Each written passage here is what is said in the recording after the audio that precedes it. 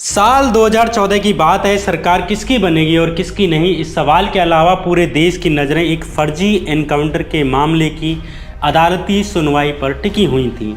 इस मामले की सुनवाई हो रही थी मुंबई स्थित सीबीआई की स्पेशल कोर्ट में और जज थे जेटी उत्पट। मामले की कई तारीखें पड़ी लेकिन आरोपी अमित शाह पेश नहीं हुए। इस पर जज ने अमित शाह के वकीलों को फटकार लगाई और कहा कि बिना किसी बहाने के अगली तारीख यानी 26 जून 2014 के दिन अमित शाह हर हाल में कोर्ट में पेश हों। जेटी उत्पट के इन तेवरों को देख कोर्ट में हड़कंप मच गया। इस मामले से जुड़े सभी लोग 26 जून का इंतजार करने लगे, लेकिन 26 जून की तारीख से ठीक एक दिन पहले ही जज साहब का तबादला कर दिया गया। जज का तबादला सुप्रीम कोर्ट के उस एक आदेश का भी उल्लंघन था जिसमें कि सुप्रीम कोर्ट ने कहा था कि इस पूरे मामले की सुनवाई शुरू से लेकर एंड तक सिर्फ और सिर्फ एक जज ही करेगा। लेकिन बावजूद इसके अमित शाह से जुड़े इस केस की सुनवाई करने वाले जज का तबादला कर दिया गया। इसके बाद अगले जज आए जस्टिस ब्रजगोपाल हरिकिशन लोया यानी जस्टिस लोया। शुरुआत में जस्टिस लोया ने कोर्ट में अमित शाह के पेश न होने पर नरम रुख रखा, लेकिन एक दिन हार कर उन्होंने भी अमित शाह के वकीलों को फटकार लगाई और कहा कि अमित शाह हर हाल में कोर्ट में पेश हों। लेकिन इसके बावजूद अमित शाह अगली तारीख पर कोर्ट में नहीं पहुंचते हैं। नाराज जज लोया ने 15 दिसंबर की तारीख रखते हुए आदेश दिया कि अमित शाह पेश हों, लेकिन जज लोया की ज़िंदगी में वो 15 तारीख फिर कभी नहीं आई। इस तारीख के 15 दिन पहले ही यानी 1 दिसंबर 2014 के दिन अमित शाह के इस मामले की सुनवाई करने वाले जज लोया की रहस्यमयी ढंग से कथित तौर पर दिल का दौरा पड़ने से मौत हो गई। इस बहुचर्चित केस का नाम था सोहराबुद्दीन फर्जी एनकाउंटर केस।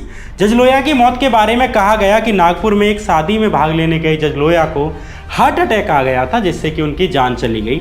लेकिन क्या वाकई जज लोया की मौत हार्ट अटैक से हुई थी? इस हालत में उनके परिवार वालों को जज लोया का शव मिला, जिस तरह उनकी पोस्टमार्टम रिपोर्ट से छेड़छानी की गई, जिस तरह उनके मोबाइल से कॉल और मैसेज डिलीट किए गए और जिस तरह का प्रलोभन और धमकियां उन्हें अमित शाह के केस में फेवरेबल जजमेंट देने के लिए दी जा रही थीं, उससे इस बात पर यकीन करना मुश्किल है कि जज लोया की मौत एक प्राकृतिक मौत थी। इसलिए जज लोया की मौत से जुड़ी इस सीरीज में हम टटोलेंगे कि हु किल्ड जस्टिस लोया यानी जज लोया को किसने मारा।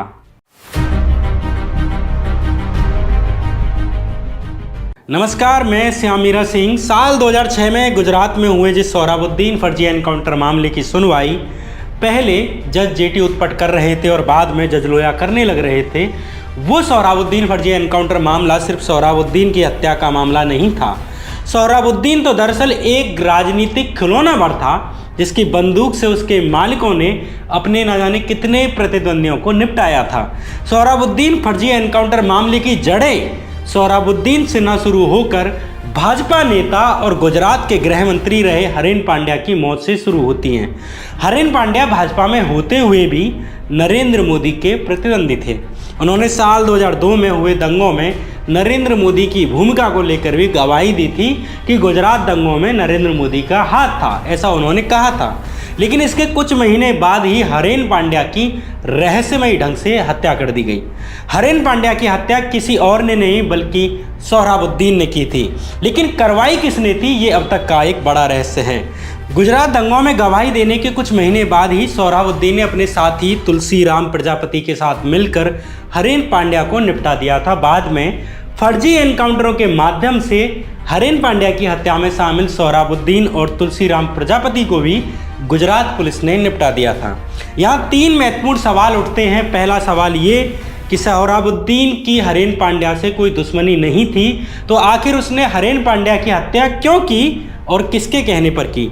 दूसरा सवाल ये कि आखिर सोहराबुद्दीन हरेन पांड्या की मौत से जुड़े कौन से राज जानता था जिसके कारण कि फर्जी एनकाउंटर करके उसे और उसके साथी तुलसीराम प्रजापति दोनों को ही निपटा दिया गया।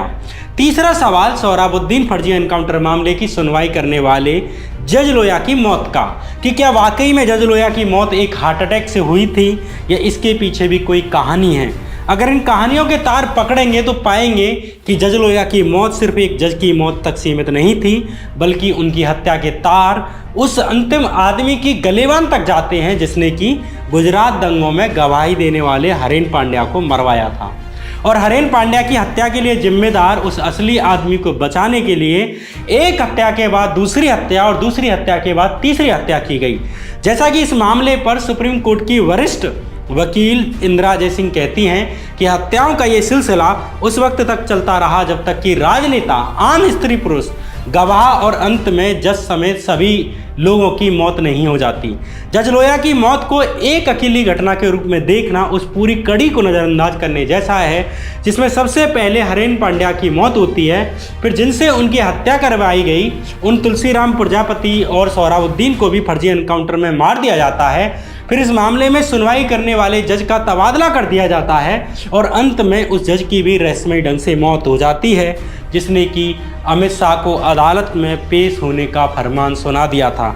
और उसके ठीक एक महीने के अंदर ही अमित शाह को नए जज साहब के द्वारा बाइज्जत रिहा कर दिया जाता है। शुरू में जज लोया की मौत को प्राकृतिक मौत तो करार दे दिया गया, लेकिन जज लोया की मौत के बाद दो और मौत हुई, एक वकील श्रीकांत खंडालकर की और दूसरे रिटायर्ड जज प्रकाश त्रोम्बे की।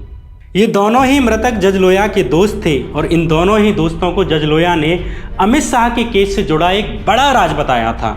ये बड़ा राज क्या था, जिसे जज लोया की मौत के बाद छुपाने के लिए इन दोनों लोगों को धमकियां दी जा रही थी और अंत में इन दोनों ही लोगों की रहस्यमयी ढंग से मौत हो गई। जज लोया की मौत पर गहरे से पड़ताल करने से पहले और इस राज से पर्दा उठाने से पहले जज लोया के परिवार ने जो गंभीर आरोप लगाए उनको जानना जरूरी है। जज लोया की मौत के बाद एक जज का परिवार इतना सहम गया कि उन्होंने अगले 3 साल तक मीडिया में कोई बात नहीं की। लेकिन लोया का परिवार उनकी मौत के किन रहस्यों को जानता है, ये पहली बार तब बाहर आया जब देश के जाने माने इन्वेस्टिगेटिव पत्रकार निरंजन टाकले ने नवंबर 2017 में अपनी पहली स्टोरी ब्रेक की। कारवान मैगजीन पर छपी इस स्टोरी में निरंजन टाकले ने उन रहस्यों का खुलासा किया कि पूरे देश में हड़कंप मच गया। इस स्टोरी के लिए निरंजन टाकले ने साल भर के करीब ग्राउंड रिपोर्ट पर काम किया, लोया के परिवार से बातचीत की, उनकी बहन से बातचीत की, उनके पिता से बात की। जज लोया की एक बहन अनुराधा बियाणी ने खुलासा किया कि अमित शाह से जुड़े इस मामले में अमित शाह के फेवर में फैसला सुनाने के लिए बम्बई हाई कोर्ट के तत्कालीन मुख्य न्यायाधीश मोहित शाह ने लोया को 100 करोड़ रुपए की रिश्वत देने की पेशकश की थी और साथ ही बम्बई में घर देने का प्रलोभन दिया था। जज लोया की बहन अनुराधा बियाणी ने आगे बताया कि जिन दिनों जज लोया इस मामले की सुनवाई कर रहे थे तभी उनका परिवार गाटे गांव में स्थित अपने पैतृक निवास पर दिवाली मनाने के लिए इकट्ठा हुआ था। उसी वक्त लोया ने अपने परिवार के सामने ये बात बताई थी और साथ ही ये भी बताया था कि इस मामले में अमित शाह के फेवर में फैसला देने के लिए उन पर कितना दबाव था। लोया की बहन अनुराधा बियाणी के मुताबिक बम्बई हाईकोर्ट के चीफ जस्टिस मोहित शाह देर रात उन्हें फ़ोन करके साधारण कपड़ों में मिलने के लिए कहते थे और उनके ऊपर जल्द से जल्द फैसला देने का दबाव बनाते थे और यह सुनिश्चित करने को कहते थे कि फैसला अमित शाह के फेवर में हो। जज मोहित शाह द्वारा जज लोया को दी जाने वाली रिश्वत की पेशकश वाली सेम बात जज लोया के पिता हरिकिशन ने कही। उन्होंने कहा उनके बेटे को पैसे की पेशकश की जा रही थी और पूछा जाता था कि क्या आपको मुंबई में मकान चाहिए, कितनी ज़मीन चाहिए। वह हमें ये सब बताता था और बाकायदा उसे एक ऑफ़र था, लेकिन उनके बेटे ने इसे स्वीकार करने से इनकार कर दिया। उसने मुझे बताया कि मैं तबादला ले लूँगा या इस्तीफ़ा दे दूँगा, मैं गांव जाकर खेती करूँगा, लेकिन गलत जजमेंट नहीं दूँगा। कारवां की इस रिपोर्ट में जज लोया की भतीजे ने भी एक बयान दिया है। उनके अनुसार वे जब कोर्ट से घर आते थे तो कहते थे बहुत टेंशन है, तनाव काफ़ी था, यह मुकदमा बहुत बड़ा था, इससे कैसे निपटें, हर कोई इसमें शामिल है। जज लोया की बहन के अनुसार चीफ जस्टिस मोहित शाह जज लोया से कहते थे कि यदि अमित शाह के फेवर में दिया ये फैसला 30 दिसंबर से पहले आ गया तो उस पर बिल्कुल भी ध्यान नहीं जाएगा, क्योंकि उसी के आसपास एक धमाकेदार स्टोरी आने वाली है जो लोगों का ध्यान इससे हटा देगी। जज लोया ने दबाव और प्रलोभन में आने से इनकार कर दिया था और इस मामले पर सुनवाई की अगली तारीख 15 दिसंबर रख दी थी। लेकिन 15 दिसंबर से पहले ही यानी 1 दिसंबर की रात जज लोया की रहस्यमयी ढंग से मौत हो गई। जज लोया की मौत के बाद अमित शाह के केस में जस्टिस MB गोसावी को जज बनाया गया। एमबी गोसावी ने 15 दिसंबर 2014 को सुनवाई शुरू कर दी और 3 दिन तक उन्होंने सिर्फ अमित शाह को बरी करने की मांग करने वाले यानी कि डिफेंस के वकीलों की दलीलें सुनी, जबकि उनके खिलाफ मुकदमा लड़ रही सीबीआई की दलीलों को मात्र 15 मिनट सुना। 15 दिसंबर को शुरू हुई सुनवाई को 3 दिन में ही 17 दिसंबर को पूरा कर लिया गया और आदेश सुरक्षित रख लिया गया। 17 दिसंबर को सुरक्षित रखे इस आदेश को 30 दिसंबर 2014 के दिन सुनाते हुए अमित शाह को बाइज्जत बरी कर दिया गया। जिस केस में सालों से सुनवाई चल रही थी और जिस केस में 10,000 से अधिक पन्नों की केवल चार्जशीट थी, ये विचार करने की बात है कि जज लोया की जगह आए नए जज ने कैसे इतने कम समय में इतनी बड़ी चार्जशीट को पढ़ लिया होगा। और नए जज ने साल 2005 से 2014 तक चल रहे इस मामले को 3 दिन की मामूली सी सुनवाई में कैसे निपटा दिया और फैसला सुनाने की तारीख भी वही 30 दिसंबर को रखा, जिस दिन की बात जज लोया का परिवार कर रहा था कि मोहित शाह जज लोया से कहते थे कि अगर वे अमित शाह के फेवर में फैसला सुना देंगे तो 30 दिसंबर के दिन कोई धमाकेदार स्टोरी होगी, जिससे कि लोगों का ध्यान इस फैसले से हटकर उस खबर पर चल जाएगा। नए जज ने जज लोया की मौत के 1 महीने के भीतर ही अमित शाह को रिहा कर दिया। इधर अमित शाह रिहा होते हैं और उधर देश में खबर आती है कि MS धोनी ने अचानक टेस्ट क्रिकेट से लिया संन्यास। अमित शाह की खबर टिकर पर आई, छोटी सी खबर आई कि अमित शाह निर्दोष और पूरी टीवी स्क्रीन पर छा गए MS धोनी और उनके रिटायरमेंट का फैसला। नागपुर में जब जज लोया की रहस्यमयी ढंग से मौत हो गई तो उनके परिवार को बताया गया कि हार्ट अटैक से मौत हुई है, लेकिन जब जज लोया का शव नागपुर से लातूर स्थित उनके पैतृक गांव गाटे गांव लाया गया तो जिन परिस्थितियों में शव था उससे हार्ट अटैक वाली बात पर शक होता है। जज लोया की बहन अनुराधा बियानी के अनुसार जज लोया का शव रात 11:30 बजे के आसपास वहां लाया गया था, लेकिन चौंकाने वाली बात यह थी कि नागपुर से लाई गई लाश के साथ जज लोया का कोई भी कलीग या उनका दोस्त उनके साथ नहीं था, केवल एम्बुलेंस का ड्राइवर था। ये चौंकाने वाली बात थी कि जिन 2 जजों के आग्रह पर वे शादी में भाग लेने के लिए नागपुर गए थे उनमें से कोई भी उनके साथ नहीं था और जिन जज बोर्डे ने उनको खबर दी थी, परिवार को खबर दी थी, वो भी उनकी लाश के साथ नहीं था। ये सारी बातें जज लोया की बहन अनुराधा बियानी ने अपनी डायरी में लिखी हुई हैं। इस डायरी में अनुराधा बियानी ने एक चौंकाने वाला ये तथ्य भी लिखा है कि लोया के कॉलर पर खून का धब्बा था, उनकी बेल्ट उल्टी दिशा में मुड़ी हुई थी, पैंट की क्लिप टूटी हुई थी। मेरे चाचा यानी जज लोया के चाचा को भी महसूस हुआ था कि कुछ संदिग्ध हैं और यही सेम बात जज लोया के पिता ने भी कही कि जज लोया के कपड़ों पर खून के दाग थे। जज लोया की दूसरी बहन सरता मांधाने जो औरंगाबाद में ट्यूशन सेंटर चलाती हैं, उनका भी सेम कहना है कि जज लोया के सर पर चोट थी और गर्दन पर खून के धब्बे थे, शर्ट पर खून के निशान थे। जज लोया के कपड़ों पर खून के धब्बों के बयान हार्ट अटैक से हुई मौत पर सवाल खड़े करते हैं। कारवां मैगजीन के लिए लिखी निरंजन टाकले की इस रिपोर्ट के बाद देश भर की राजनीति में हंगामा मच गया। राहुल गांधी के नेतृत्व में 100 से अधिक सांसद राष्ट्रपति कोविंद से मिले। दिल्ली में भी वकीलों ने प्रदर्शन किए और न्याय की मांग की। कई याचिकाएं अदालत में डाली गईं। एक याचिका centre for public interest litigation यानी CPIL की तरफ से डाली गई। CPIL की तरफ से सुप्रीम कोर्ट के वरिष्ठ वकील प्रशांत भूषण ने 2 रिपोर्ट सुप्रीम कोर्ट के सामने रखी। उन्होंने अदालत से कहा कि उनके पास 2 रिपोर्ट हैं जिन्हें सरकार ने अपनी रिपोर्ट में शामिल नहीं किया, क्योंकि ये 2 रिपोर्ट उस बात को खारिज कर देती हैं कि जज लोया की मौत किसी हार्ट अटैक से हुई थी। चूँकि महाराष्ट्र की भाजपा सरकार इसे हार्ट अटैक की तरह पेश करना चाहती थी, इसलिए इन 2 रिपोर्ट को अदालत के सामने पेश नहीं किया गया था। ये 2 रिपोर्ट थी हिस्टोपैथोलॉजी रिपोर्ट, दूसरी थी ECG रिपोर्ट। दरअसल पोस्टमार्टम के अलावा डॉक्टरों द्वारा मृतक के शरीर के अलग अलग अंगों से टिश्यूज यानी ऊतक निकाल लिए जाते हैं, जिन्हें अलग से फॉरेंसिक रिपोर्ट के लिए भेजा जाता है, जिससे कि मौत के असली कारण का पता लगाने में मदद मिलती है। इसे हिस्टोपैथोलॉजी रिपोर्ट कहते हैं। हिंदी में इसे विसरा रिपोर्ट कहा जाता है, जिसमें कि माइक्रोस्कोप से शरीर की सभी कोशिकाओं का परीक्षण किया जाता है, केमिकल एनालिसिस की जाती है और मौत के असली कारणों का पता लगाया जाता है। महाराष्ट्र सरकार ने जो अपनी कथित जांच की थी और उसकी रिपोर्ट कोर्ट में पेश की थी, उसमें इस रिपोर्ट को छुपा लिया गया था कारवां मैगजीन ने इस रिपोर्ट पर एक विस्तृत स्टोरी पब्लिश की थी, जिसमें उसने आरटीआई से प्राप्त हिस्टोपैथोलॉजी रिपोर्ट को लेकर दिल्ली के एम्स अस्पताल के फॉरेंसिक मेडिसिन और टॉक्सिकोलॉजी विभाग के हेड रहे डॉक्टर आर के शर्मा से बात की। आर के शर्मा फॉरेंसिक रिपोर्ट के मामले में देश की सबसे अधिक अनुभव रखने वाले एक्सपर्ट्स में से एक हैं। कारवां मैगजीन के अनुसार डॉक्टर आर के शर्मा ने जज लोया की हिस्टोपैथोलॉजी रिपोर्ट की जांच करने के बाद कहा कि कहीं से भी ये मामला हार्ट अटैक का मालूम नहीं पड़ता। उनके अनुसार ये कागजात दिखाते हैं कि जज लोया के मस्तिष्क को संभवतः कोई आघात पहुंचा था और ये भी मुमकिन है कि उन्हें जहर दिया गया हो। डॉक्टर आर के शर्मा के अनुसार हिस्टोपैथोलॉजी रिपोर्ट में मायोकार्डियल इन्फार्क्शन का कोई साक्ष्य नहीं मिलता। इस रिपोर्ट के नतीजे दिल के दौरे की ओर इशारा नहीं करते। इसमें बदलाव दर्शाए गए हैं, लेकिन ये दिल के दौरे से नहीं जुड़ा हुआ है।